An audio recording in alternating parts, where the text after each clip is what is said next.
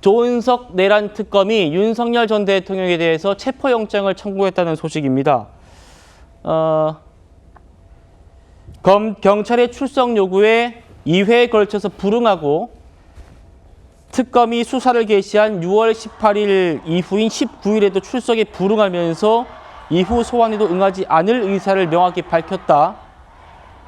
그래서 6월 23일 사건을 인계받은 특검이 연속성을 고려해서 피의자 조사를 위해 체포영장을 청구했다. 이렇게 밝혔습니다. 설주환 변호사님, 네. 특검이 윤 전 대통령에 대한 신병 확보에 나선 겁니다. 어떻게 평가하십니까? 지금 경찰에서 지속적으로 어떤 소환을 요청을 했었습니다만은 윤석열 대통령 측에서는 계속돼서는 어떤 수사 중복성이 있다라는 이유만으로 지금 계속 불응을 했었거든요.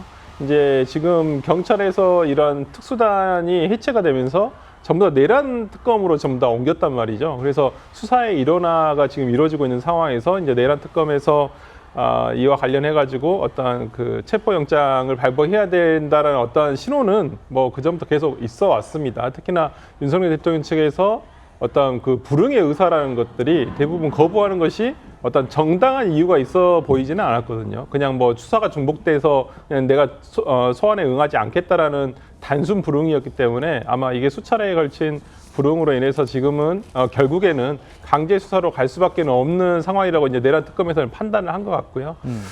체포영장의 발부 여부는 일단 법원에서 정해지게끔 돼 있기 때문에 어떤 체포의 필요성 여부를 판단을 해서 아마 법원에서 영장 발부 여부가 정해지지 않을까라는 생각을 해보고, 예. 저는 어떤 지금 전직 대통령으로서 이러한 그 강제 수사보다는 조금은 그래도 본인의 무고함을 밝히기 위해서라도 예를 들어서 그러면 강제 수사보다는 임의 수사에 적극적으로 임하는 것이 맞지 않을까라는 생각이 들어서 예. 윤 대통령 측에서도 좀 전향적으로 고려를 다시 한번 해볼 필요가 있지 않을까 싶습니다. 예, 구준환 변호사님. 윤석열 전 대통령이 측근들에게 나는 떳떳하다라는 얘기를 했다고 하잖아요. 그러면서 지금 경찰의 소환에 불응했던 게 사실인데 특검이 좀 뭐라 그럴까요? 예상치 못한 타이밍에 지금 신병 확보에 나선 겁니다. 어떻게 평가하십니까? 근데 지금 타이밍상으로는 예상 못했을 수 있지만 사실 수순이기는 했습니다. 수순이다. 예, 경찰에서 출석 불응을 했으면은 지금 특검이 출범한 이후에는 결국은 이미 출석을 하든지 영장에 의한 출석을 하든지 이제 이렇게 흘러갈 상황이긴 했거든요. 조금 타이밍이 이르다 이 정도 차원인데 예전에 체포와 관련해서 논란이 컸던 거는 대통령으로 현직에 있고 불소추 특권이 있고 이제 이런 특권들이 있기 때문에 그것과의 법적인 문제 그리고 공수처에 과연 수사권이 있는가 그런 이제 또 관할에 대한 법적인 문제 이런 것들이 충돌을 하는 면이 있었어요. 그때는 법률적으로 제거되지 않는 면이 있었고 그게 사실 또 구속 취소의 원인이 되기도 했었거든요. 그때는 분명히 법적인 문제가 있었습니다. 근데 지금은 직에서 물러났기 때문에 자연인 신분이라서 그 모든 피의자들하고 법적인 지위에서 차이가 없거든요.